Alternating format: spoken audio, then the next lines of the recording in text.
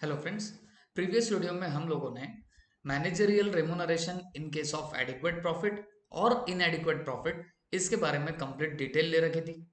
उसी के बीच हम लोगों ने ये भी सीख लिया कि आपका इफेक्टिव कैपिटल निकाला कैसे जाएगा। Okay, and now in this video we will take some questions on those particular concept. जो कॉन्सेप्ट आपने सीखी वो एकदम क्लियर हो जाएगी after solving this questions. Okay, तो we are in the first question या illustration first of your module. देखो, चेक कर लीजिए आराम से। The following extract of balance sheet of X limited was obtain. और यहाँ पे नीचे आपको बैलेंस शीट का एक्सट्रैक्ट दिया गया है। चेक कीजिए क्या क्या दिया है आपको। ऑथोराइज कैपिटल है 20 लाख। इक्विटी शेयर में अगर देखोगे तो वो है 2 करोड़ और उसके नीचे अंडरलाइन है 2 crore 20 lakh. This is your authorise share capital. नीचे देखोगे तो आपको दिखेगा कि preference share capital issued subscribe में 15 लाख है। इक्विटी शेयर्स 96 लाख है। शेयर सस्पेंस अकाउंट भी दिख रहा है कितना 20 लाख। नीचे रिजर्व्स कैपिटल रिजर्व है उसमें 1,50,000 रिवैल्यूएशन रिजर्व का है और बाहर अमाउंट जा रहा है 1,95,000। सिक्योरिटीज प्रीमियम है 15% डिबेंचर है। पब्लिक डिपॉजिट है cash credit loan from SBI है और ट्रेड पेबल है। उसके अलावा एसेट्स में आप देखोगे तो इन्वेस्टमेंट इन शेयर्स और डिबेंचर्स है as well as profit and loss का डेबिट बैलेंस है। ओके, अब ये सब डिटेल दी है। नीचे बोला क्या गया, share suspense account represent application money received on shares the allotment of which is not yet made. Hope so सबको याद आ रहा होगा इसका मीनिंग क्या है। ओके, हाँ, नीचे देख लीजिए करना क्या है आपको। You are required to compute effective capital as per the provision of Schedule 5. Would your answer differ if X Limited is an investment company? Okay. तो बच्चों, आप लोगों को यहाँ पर इफेक्टिव कैपिटल निकालने के लिए बोला गया है और प्रीवियस वीडियो में ही मैंने आपको बताया था कि आपका इफेक्टिव कैपिटल कैसे निकाला जाएगा। तो आपको सबसे पहले पेड अप शेयर कैपिटल लेनी रहेगी, लेकिन याद रखना जो भी एप्लीकेशन मनी है, जो पेंडिंग अलॉटमेंट है, उसे हमें वहां पर नहीं लेना पड़ता है। उसमें हमें securities premium reserves and surplus add करने पड़ेंगे, लेकिन रीवैल्यूएशन रिजर्व उसके अंदर नहीं लिया जाता है, ये भी हमने सीखा। फिर आप लोग लॉन्ग टर्म लोन लेते हो, शॉर्ट टर्म लोन्स उसके अंदर नहीं लेते। और इस सब टोटल में से you will be deducting what accumulated losses या preliminary expenses not written off, और इन्वेस्टमेंट भी आपको वहां से माइनस करनी पड़ती है। लेकिन इन्वेस्टमेंट कब डिडक्ट करोगे, whenever you are not investment company. और अगर आप इन्वेस्टमेंट कंपनी हो तो इन्वेस्टमेंट वहां से डिडक्ट नहीं होगी। ओके, तो बस ऐसे आपको ये सिंपल सा प्रॉब्लम सॉल्व करना है। एंड गाइस, सिंपल दिख रहा है बट एग्जाम में जरूर जरूर आता है। I am repeating once again. Okay, तो हम लोग इसको अभी सॉल्व करते हैं। तो please give the heading calculation of calculation of effective capital.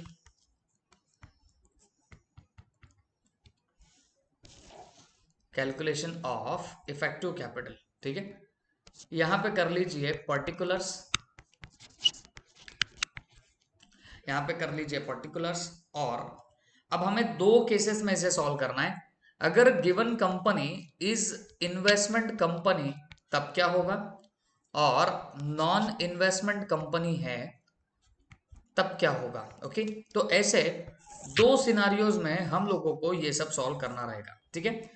तो चलो हम लोग इसको अकॉर्डिंगली इस फॉर्मेट में सॉल्व करते हैं, ठीक है। चलो, please make the format of it. अब बोलिए, सबसे पहले आप क्या लेने वाले हो, पेड अप शेयर कैपिटल आपको लेनी पड़ेगी। ओके, और मैंने आपको तभी बताया था बच्चों कि यहाँ पे आप preference share capital as well as equity share capital दोनों लेना पड़ेगा।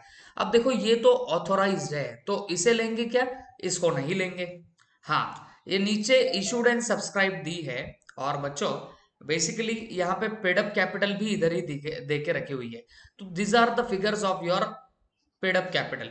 सवाल है 20 लाख को लेंगे क्या शेयर सस्पेंस अकाउंट का, नहीं लेंगे। क्यों, क्योंकि ये एप्लीकेशन मनी है which is to be allotted, which is not yet allotted. देखो यहाँ पे हमको दिया गया था, तो ये पार्ट हम लोग कभी नहीं लेते हैं while taking your what paid up share capital.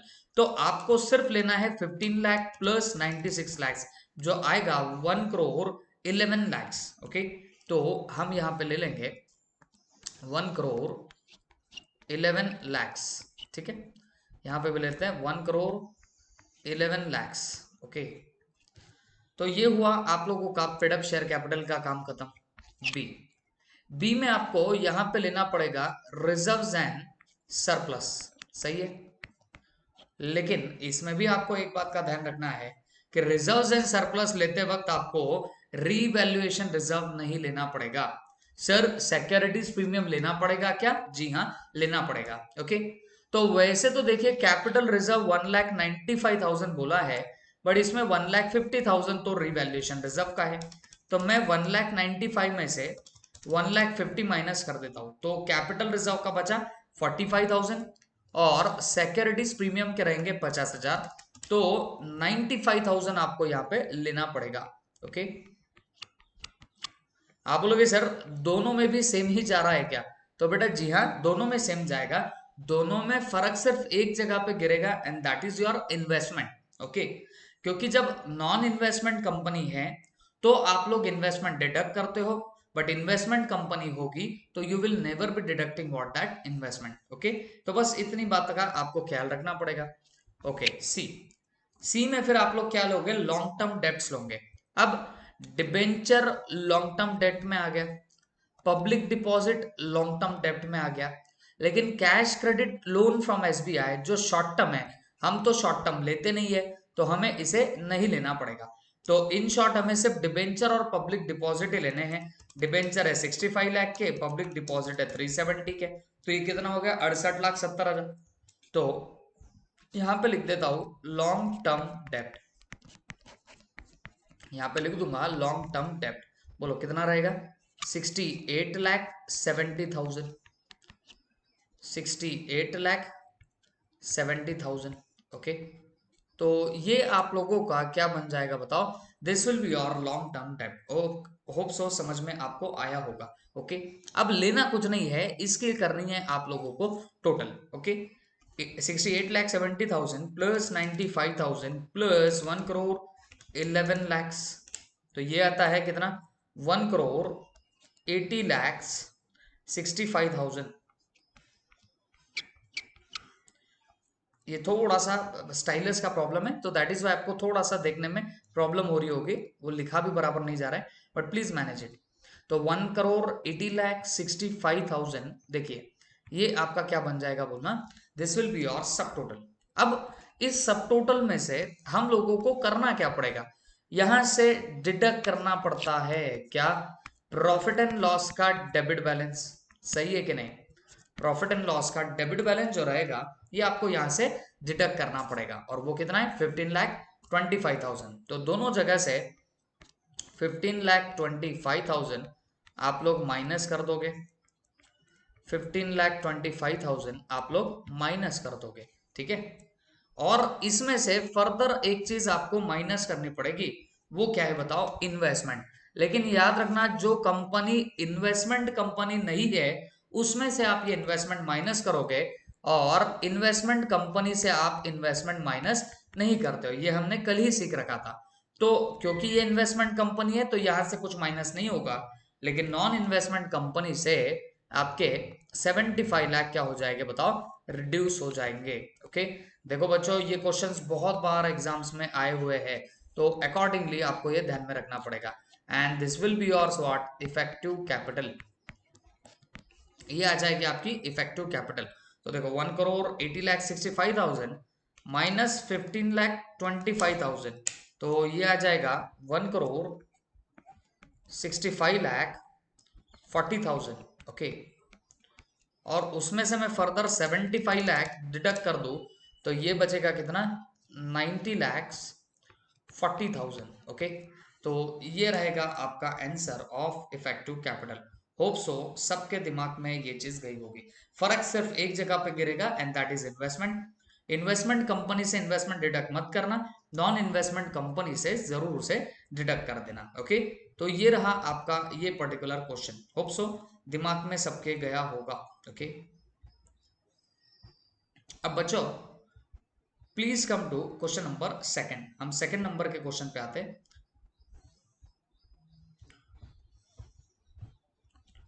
देखिए एक बार रीड कर लेंगे what is the question. Kumar limited a non investment company. तो कुमार लिमिटेड बताइए कौन सी कंपनी है? एक नॉन इन्वेस्टमेंट कंपनी है। Has been incurring losses for the past few years. तो पिछले काफी सालों से ये लॉसेस इनकर कर रही है। ओके।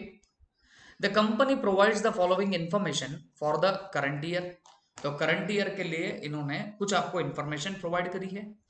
उसमें कैसे दिया गया है? ऊपर रुपीज इन लैक्स है और नीचे पेड अप शेयर कैपिटल है, paid up preference share capital है, रिजर्व्स है, सिक्योरिटीज प्रीमियम है, लॉन्ग टर्म लोन है, डिपॉजिट रीपेबल आफ्टर 1 ईयर है, application money pending allotment, accumulated losses not written off और इन्वेस्टमेंट्स आपको दे रखी है। Kumar limited has only one whole time director, mister X. You are required to calculate amount of maximum remuneration that can be paid to him if no special resolution is passed at the general meeting of the company in respect of payment of remuneration for a period not exceeding 3 years. Okay. तो बच्चों, ये particular question देख के ये बात तो साफ हो गई है कि आप लोगों को मैनेजरियल रेमुनरेशन निकालना है, ये पहली बात। लेकिन आपको ये चेक करना पड़ेगा, वो मेरा पिछला चार्ट याद कीजिए, क्या कंपनी के पास एडिक्वेट प्रॉफिट है या इनएडिक्वेट प्रॉफिट है। तो यहां पे देख के तो आपको खुद समझ जाएगा कि कंपनी के पास में शायद एडिक्वेट प्रॉफिट नहीं होगा, क्योंकि ये प्रीवियस कुछ ईयर्स में सिर्फ लॉसेस इनकर करती जा रही है। तो there will not be any adequate profit over there. Comfortable? तो जब एडिक्वेट प्रॉफिट नहीं है तो हम इफेक्टिव कैपिटल के थ्रू क्या करते हैं बच्चों? रेमुनरेशन की मैक्सिमम लिमिट आइडेंटिफाई करते हैं। ओके। तो फर्स्ट ऑफ ऑल मुझे इस पर्टिकुलर केस में क्या निकाल लेना पड़ेगा? इफेक्टिव कैपिटल निकालना पड़ेगा। ओके। तो मैं यहां पे हेडिंग देता हूं, calculation of effective capital, calculation of effective capital. और अगर आपने अच्छे से सब पढ़ा होगा प्रॉब्लम, तो ऊपर ही लिखा था कि ये नॉन इन्वेस्टमेंट कंपनी है। तो अगर नॉन इन्वेस्टमेंट कंपनी है तो यू नो वेरी वेल कि ये जो इन्वेस्टमेंट है इसे हम लोग क्या करेंगे बताओ? इसे बिंदास हम लोग डिडक्ट करते हैं। ओके। क्योंकि ये नॉन इन्वेस्टमेंट कंपनी है। तो accordingly I am going to calculate my effective capital. Please give the heading, please make the format particulars rupees. Okay. हम लोगों ने ये बना लिया है इसका फॉर्मेट। अब सबसे पहले यहां पे क्या लिया जाता है बच्चों? Paid up share capital. सबसे पहले लिया जाएगा आपका पेड अप शेयर कैपिटल। अब यहां पे दोनों पेड अप शेयर कैपिटल है, इक्विटी भी है, प्रेफरेंस भी है, तो आपको दोनों का टोटल लेना पड़ेगा। एंड डोंट फॉरगेट ऊपर लिखना पड़ेगा रुपीज इन लैक्स, क्योंकि सारा डेटा लैक्स में दिया है तो आपको ये लिखना काफी जरूरी होगा, otherwise will never be getting any marks over here. तो पेड अप शेयर कैपिटल देखिए कितना आएगा, 120 प्लस 20 कितना आ जाएगा रे? 140 लैक्स। ओके। फिर इसमें हम लोग क्या ऐड करते हैं? Reserves and surplus. अब रिजर्व्स एंड सरप्लस आप चेक कर लीजिए, वो है 150 लाख और सिक्योरिटीज प्रीमियम है 40 लाख। मैंने आपको कहा था कि सिक्योरिटीज प्रीमियम भी आपको लेना पड़ेगा, लेकिन प्रॉब्लम ये है कि ये जो 150 लैक्स है इसमें 10 लैक्स रीवैल्यूएशन रिजर्व का है जो हमें नहीं लेना रहेगा। तो 150 में से 10 डिडक्ट कर दीजिए, कितना बचेगा आपके पास? 140 बचेगा। प्लस आपको ये सिक्योरिटीज प्रीमियम के 40 भी तो लेने पड़ेंगे। तो टोटल रिजर्व्स एंड सरप्लस कितना हो गया बॉस? 180 हो गया। लगा तो आप यहाँ पे कैलकुलेशन बता सकते हो। Even paid up share capital में भी 120 प्लस 20 ऐसे आप कैलकुलेशन बता सकते हो। 150 माइनस 10 और फिर क्या कर दोगे? प्लस 40 कर दोगे। ऐसे आपका रिजर्व एंड सरप्लस आ जाएगा। ओके। देन सी, सी में आप क्या करोगे? आपको लॉन्ग टर्म लोन्स लेने हैं, सही है कि नहीं? तो लॉन्ग टर्म लोन्स, अब बच्चों चेक कीजिए आपके गिवन डेटा में लॉन्ग टर्म लोन्स में क्या क्या आ सकता है।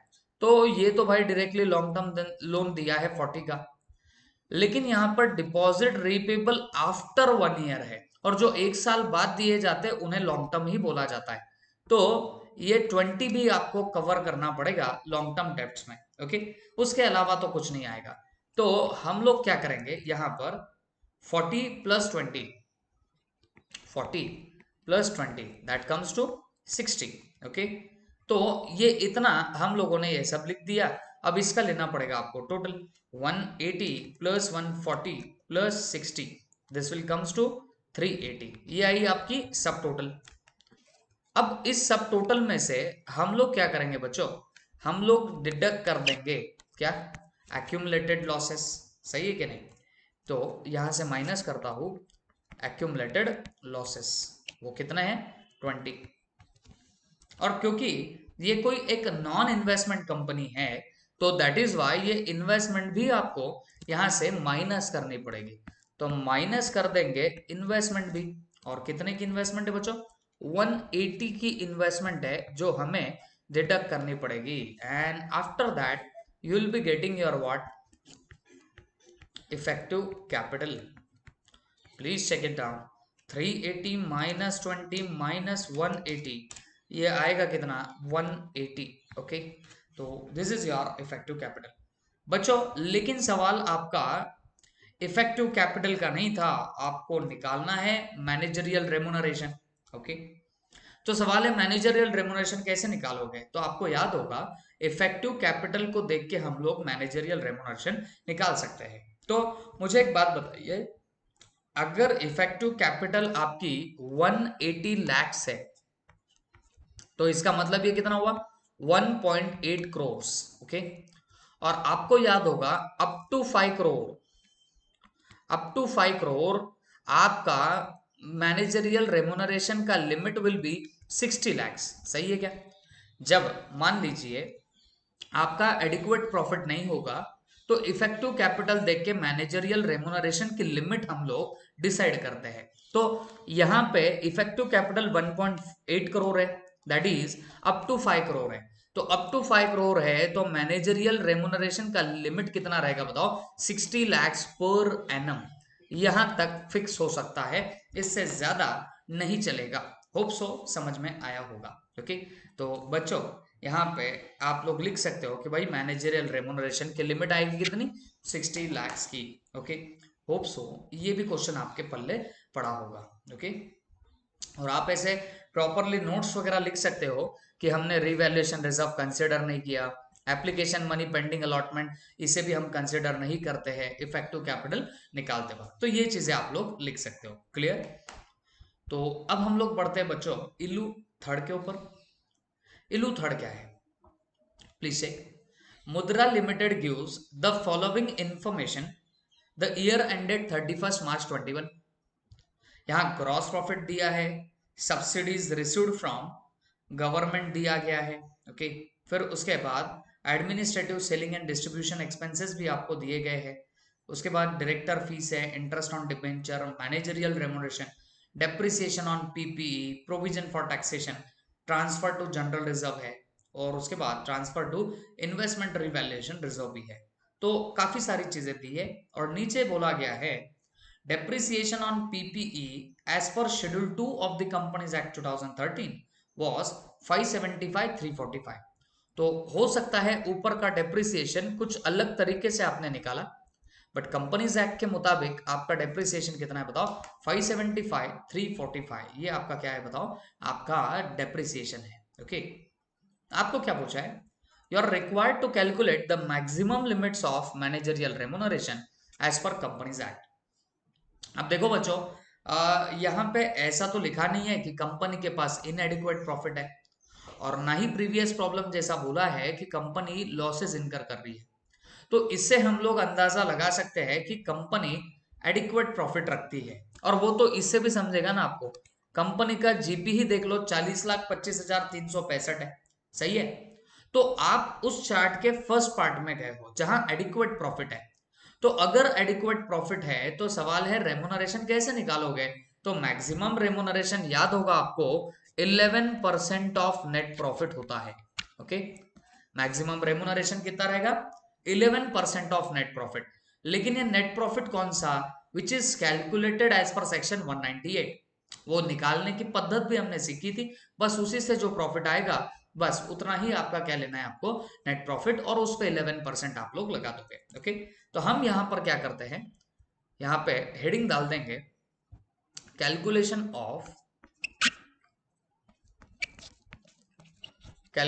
Of net profit as per section 198, as per section 198। Okay, और ये काहे के लिए करते हैं हम लोग? मैनेजरियल रेमुनरेशन निकालने के लिए। यहां पे लिखता हूं पर्टिकुलर्स और यहां पे लिख दूंगा रुपीस। ओके,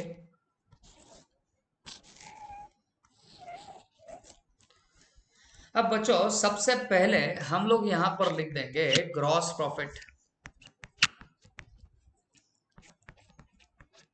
यहां पर सबसे पहले क्या लिख देंगे बताना? Gross profit. तो what is your gross profit? 40,25,365। Okay, 365।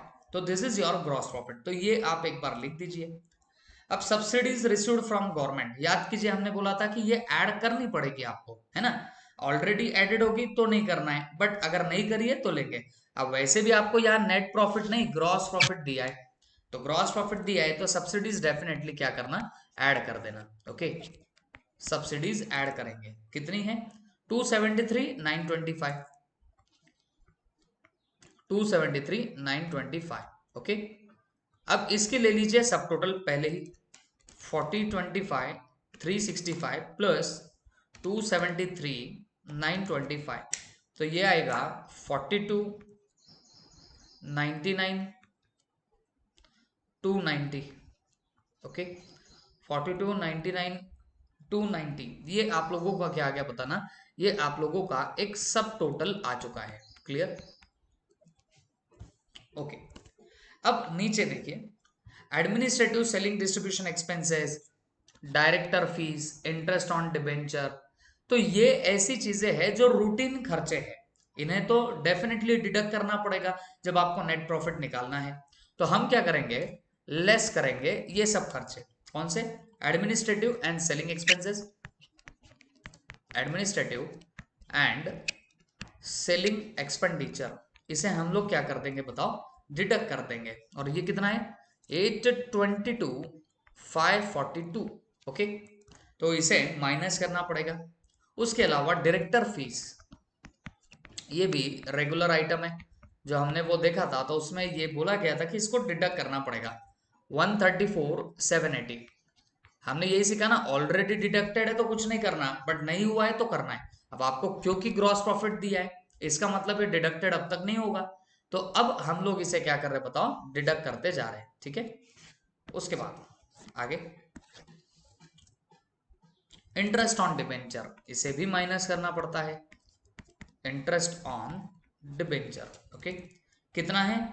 31,240, 31,240, तो इसे भी डिडक्ट करेंगे। फिर उसके बाद आप अगर चेक करोगे आगे तो मैनेजरियल रेमुनरेशन, देखो बच्चों यही तो हमें निकालना है। अब भले ही उसने एक मैनेजरियल रेमुनरेशन दिया होगा, बट इसे नहीं लेंगे, जो लिमिट से आएगा उसे लेना पड़ेगा, तो इसे कंसिडर मत कीजिए। अब वैसे तो डेप्रिसिएशन आपको दिया है 522,543, लेकिन इसे मत लेना, बिकॉज नीचे कंपनीज एक्ट के हिसाब से कितना आता है वो दिया गया है, तो आपको यही डेप्रिसिएशन यहां से डिडक्ट करना पड़ेगा। कंपनीज एक्ट का ध्यान रखना, depreciation as per companies act, ये माइनस करना पड़ेगा। 575,345,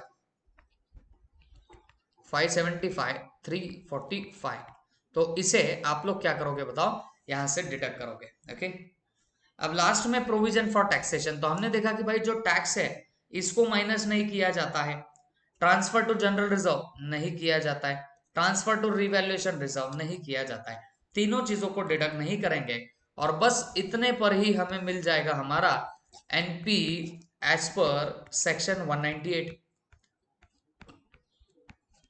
तो 198 सेक्शन के हिसाब से आपको यहाँ पे क्या मिल जाएगा? नेट प्रॉफिट मिल जाएगा। तो हम क्या करेंगे? 42,99,290 माइनस कर देंगे 822,542, माइनस कर देंगे 134,780, माइनस कर देंगे 31,240, माइनस कर देंगे 575,345। ओके, तो समथिंग अराउंड 273, 53, 83 ऐसे कुछ आपको फिगर्स यहाँ पर मिलने लग जाएंगे। ओके, तो ये हुआ 27,35,383, ये नेट प्रॉफिट आया एज पर सेक्शन 198। और मैक्सिमम मैनेजरियल रेमुनरेशन इसका 11% आएगा, तो आप इसका 11% लीजिए, तो वो समथिंग अराउंड ऐसा कुछ दिखेगा। ओके, 3,08,92 इतना आपको मैनेजरियल रेमुनरेशन मैक्सिमम देखने मिलेगा। होप सो सबके दिमाग में गया होगा, and this was the solution to your this particular problem. Okay, तो बच्चों ऐसे आप लोगों के सिंपल सिंपल क्वेश्चंस एग्जाम में आते हैं। ये अगर आपको अच्छे से जम गया तो लेट मी टेल यू, आप कोई भी प्रॉब्लम अच्छे से कर सकते हो। गाइस, यहाँ पे एक और पीछे क्वेश्चन दिया गया है, बट मैं चाहता हूँ कि वो आप लोग एज अ होमवर्क बोल के ले लीजिए, बिकॉज ये सारे क्वेश्चन बहुत सिंपल है, सिमिलर है, तो यहाँ पर कोई दिक्कत आपको आनी ही नहीं चाहिए। तो प्लीज चेक, इसमें ऐसा ही एक क्वेश्चन पीछे भी दिया गया है, and that is question number 2।